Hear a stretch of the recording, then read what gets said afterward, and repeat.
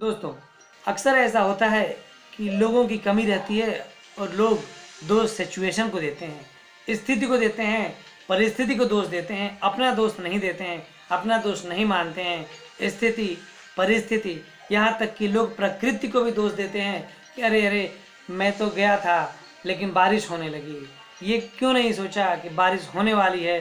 अगर ऐसा मौसम बना हुआ है तो एक छाते का प्रबंध करके जाओ, एक अपने लिए रेनकोट लेके जाओ कि बारिश भी होगी तो मैं उसका सामना कर सकूंगा। आपके लिए ही कहा जाता है कि आप अपने परिस्थिति को दोष मत दीजिए, उसके लिए तैयार रहिए कि जो भी होता है वो अच्छे के लिए होता है। अगर हम कहीं कोई यात्रा कर रहे हैं, कहीं कोई कार्य कर रहे हैं तो मतलब प्रकृति का वही सोच है, प्रकृति वहीं हमको ले जाके खड़े करने चाहती है, इसलिए हम जाते हैं। आप ऐसा होता है कि ट्रेन में जाते हैं, किसी से मुलाकात हो जाती है, तो ये आप किस लिए यात्रा कर रहे हैं? इसीलिए तो यात्रा कर रहे हैं कि आपको कहीं जाना है, लेकिन प्रकृति ने किसी से मुलाकात करा दिया क्योंकि वही होना था। इसलिए मैं आपसे यही कहना चाहता हूँ कि आप शिकायत मत करिए, शिकायत का मौका मत दीजिए किसी को, और शिकायत करने से पहले लाख बार सोचिए कि मैं क्या शिकायत कर रहा हूँ, सही है कि नहीं है। सिचुएशन को दोष मत दीजिए, अपने आप को दोष दीजिए। और जिस दिन आप अपने आप को दोषी मान लेंगे उस दिन आपका लाइफ अच्छी तरह से चलने लगेगी। अगर आप 30 साल के हो गए हों, 40 साल के हो गए हों, अपने आप को दोष नहीं देते हैं, इसका मतलब है कि आपने 30 साल अपनी ज़िंदगी का यूं ही बर्बाद कर दिया। अपनी ज़िंदगी को आपने सोचा ही नहीं, अपनी ज़िंदगी को आपने समझा ही नहीं।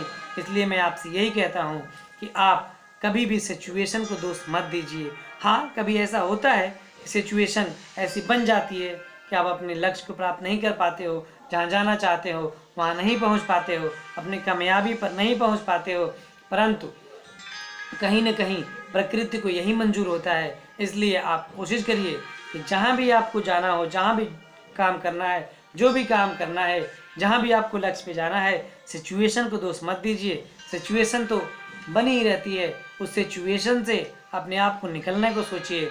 उस सिचुएशन को बनते हुए भी, सिचुएशन जो भी है, स्थिति है, परिस्थिति है, उसको सोचते हुए भी उसको अपने दिमाग में रख के एक ऐसा प्लान बनाइए, एक ऐसा योजना बनाइए कि मैं इसमें रहते हुए ही अपने लक्ष्य को कैसे प्राप्त कर सकूं, कैसे मैं ऊपर जा सकूं, यही सोचना है आपको। सिचुएशन को दोष देते रहेंगे तो आप लगातार नीचे गिरते रहेंगे। सिचुएशन को दिखाते दिखाते आपकी ज़िंदगी बर्बाद हो जाएगी और एक दिन ऐसा सिचुएशन आएगा कि आप दुनिया छोड़ के चले जाओगे। इसलिए कहना यही है आपसे कि आप सिचुएशन को दोष न दीजिए।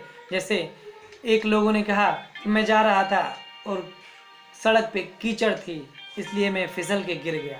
अरे कीचड़ तो पहले से थी, गए तो आप, गलती तो आपकी है कि आपने गाड़ी संभाल के नहीं चलाया। अगर पैदल जा रहे हो तो आपने संभाल के नहीं पैर रखा। कीचड़ तो पहले से थी, कीचड़ वहाँ पहले से था, पानी वहाँ पहले से था, लेकिन आपने गलती ये किया कि आपने संभाल के नहीं चला। तो दोष अपने को दो, कीचड़ को दोष मत दो। लोग यही कहने लगते हैं अरे कीचड़ था इसलिए मैं गिर गया। ये नहीं सोचा कि मैं चलने में गलती किया, मैं चलने में सही से नहीं किया, मैंने पाँव सही नहीं रखे, इसलिए आप गिर गए।